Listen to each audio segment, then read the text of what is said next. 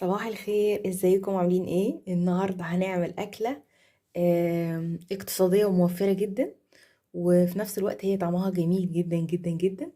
قبل ما نبدا في الاكله بتاعتنا نعمل مج نسكافيه قبل ما نبدا الطبخه بتاعتنا. يلا بينا نعمل النسكافيه. معايا اللبن، حطه على النار لحد ما يغلي، وبعد كده نجيب المج الجميل بتاعنا ده، نحط السكر بتاعنا معلقة واحدة،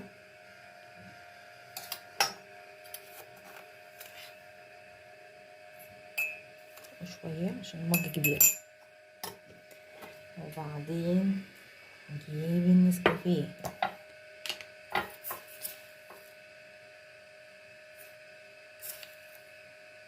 هو عشان المج كبير فانا بحط معلقتين، لكن لو المج الصغير الازاز ده حط معلقة واحدة. بعد كده عندنا مضرب بتاع النسكافيه، انا مش عارفة كنت عايشة من غيره ازاي. المضرب ده تحفة تحفة تحفة، انصحكم تجيبوه. هو كان ماركة سوكاني، اسمه كده اهو،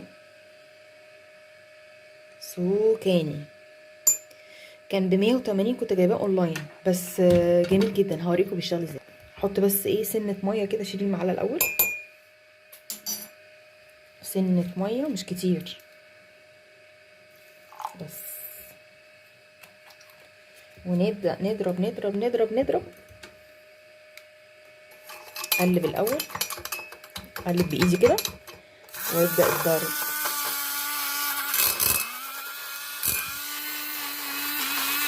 بصوا، بيخلي النسكافيه يبقى عامل شبه الكريمة. زمان كنا بنعمله بايدينا كده بالمعلقة بتاعة الشاي، كان وما بتطلعش النتيجة برضو كده. بس كده هو كده اتضرب كويس قوي، شايفين؟ بقى تخين عامل شبه الكريمة. بس كده هنشطه في المضرب، وادي اللبن خلاص قرب يفور. يلا يلا يلا يلا يلا, يلا. 1 2، يلا اطلع بقى. بس كده اللبن خلاص، يلا بينا نطفي النار. وادي النسكافيه بتاعنا يعتبر خلص خلاص. بس كده متقلقوش خالص، كل ده هينزل تاني. بس كده هنقلب، نروح بقى نشرب النسكافيه بتاعنا، وبعد ما نخلصه نتوكل على الله ونبدأ في الغدا بتاعنا. الغدا بتاعنا سهل قوي، وهنعمله في حاجة واحدة بس، في طاسة. يعني الغدا بتاعك كله هيتعمل في طاسة بس، مش هتوسخي اي مواعين تانية، هي الطاسة ومعلقة فقط لا غير. نشرب النسكافيه وارجع لكم تاني. مكونات اكلتنا النهارده، المكونات زي ما انتوا شايفينها كده، بس لا اكتر ولا اقل. معقوله بالبيض وبصل وصلصه هنعمل غدا؟ ايوه. يلا بينا نشوف هنعمل ايه. هنجيب حله على النار ونحط فيها شويه زيت، وننزل عليهم ببصله مقطعه.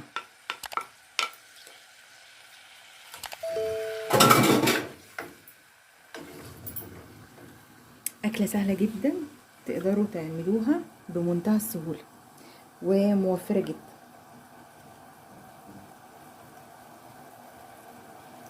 هنشوح البصل على النار،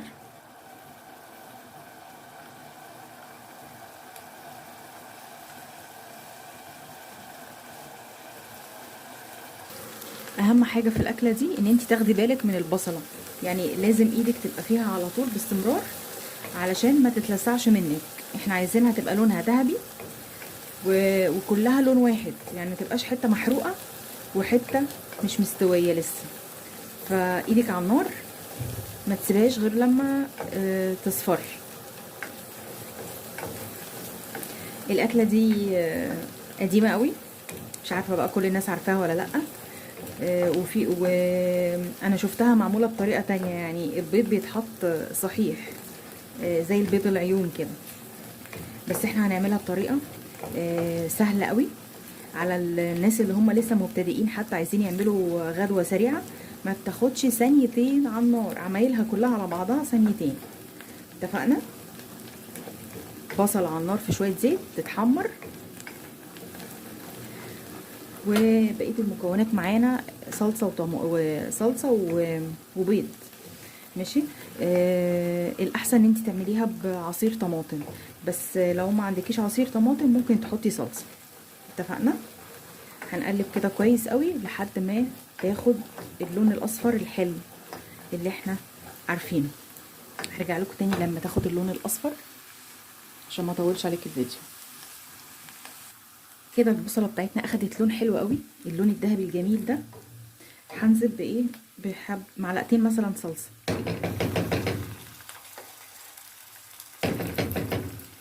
هزود شويه ميه سخنه،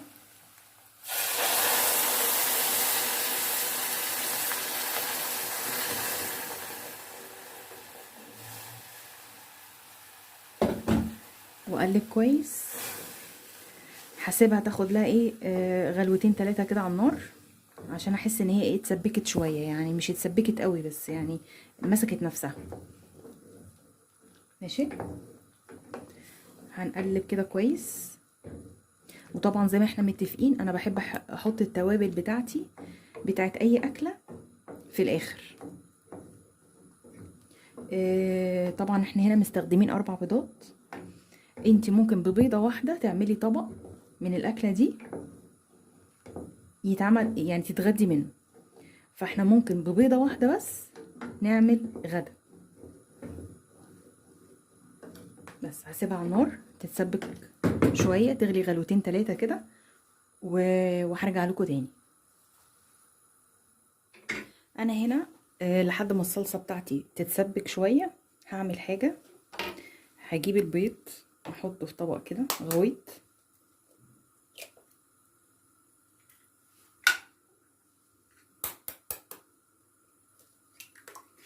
ونقلبه مع بعض.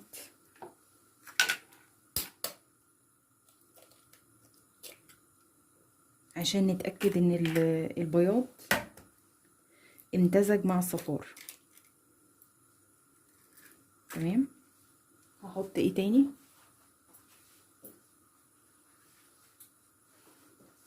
رشة فلفل اسمر. كده كده هنحط في الصلصة تاني رشة فلفل اسمر كده، وايه، ونبدأ نقلب البيض كده مع بعض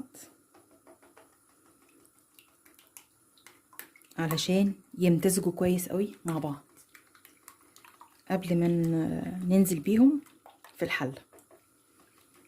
تقلبتين كده بساط يعني مش كتير.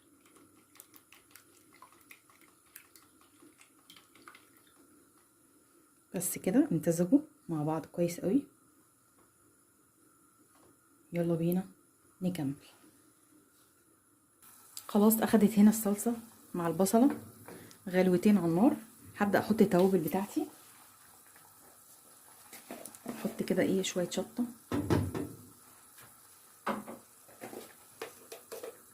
اللي ما بيحب الشطة ممكن يستغنى عنها طبعا.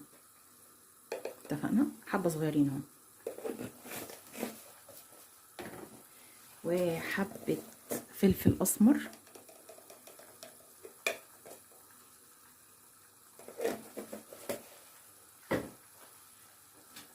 وطبعا ملح بس مش كتير.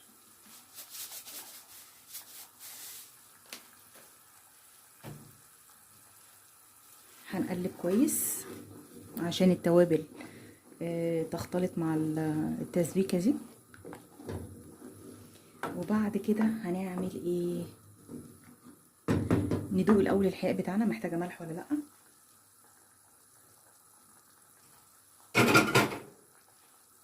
لا جميلة جدا، حقيقها مظبوط. بعد كده هنزل بالبيض، بس نقلب بسرعة مع التقليب. ماشي، تقليبتين 3 كده لما البيض يستوي، وما تسيبهوش على النار كتير. يعني ايه، احنا عايزين البيض يستوي ونطفي على طول، ما تسيبوش يغلي على النار، لان لو سبتيه يغلي هتلاقي البيض فصل عن الصلصه. تمام، نقلب كده بالراحه لما البيض يستوي. هنطفي لما البيض يستوي. الاكله دي جميله قوي قوي قوي قوي، وسهله جدا، يعني زي ما انتم شايفين خلاص خلصت.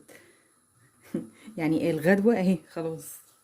ممكن بقى تاكليها مع مخلل وبطاطسايه مقليه، بتنجانه مقليه، انتي زي ما تحبي.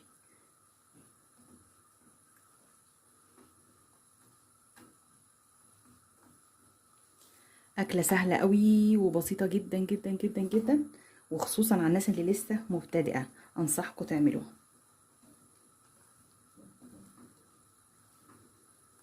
اهي كده خلاص البيض استوى، شايفين لونها؟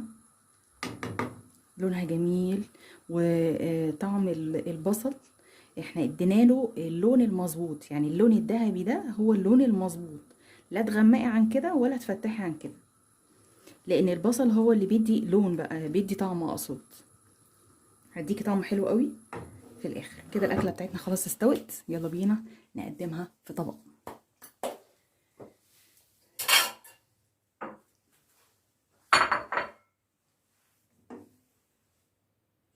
وده شكل الطبق بتاعنا النهارده. الاكله اسمها شكشوكه. تمام، حط على الوش كده شويه فلفل اسمر، خلوا ريحتها حلوه قوي وطعمها تحفه تحفه تحفه. انصحكم بجد تجربوها. الناس اللي لسه مبتدئ زي ما قلت لكم هيتبسطوا قوي من الطريقه دي، لان هي سهله قوي وما اخدتش معانا اي اطباق تانية او معالق تانية، هو طبق واحد وهي الحله اللي احنا حطينا فيها عملنا فيها الاكله بتاعتنا. اكله سهله جدا وبسيطه، هتعجبكم جدا جدا جدا. جربوها مش هتخسروا حاجه، واشوفكم في فيديو جديد ان شاء الله، وباي باي.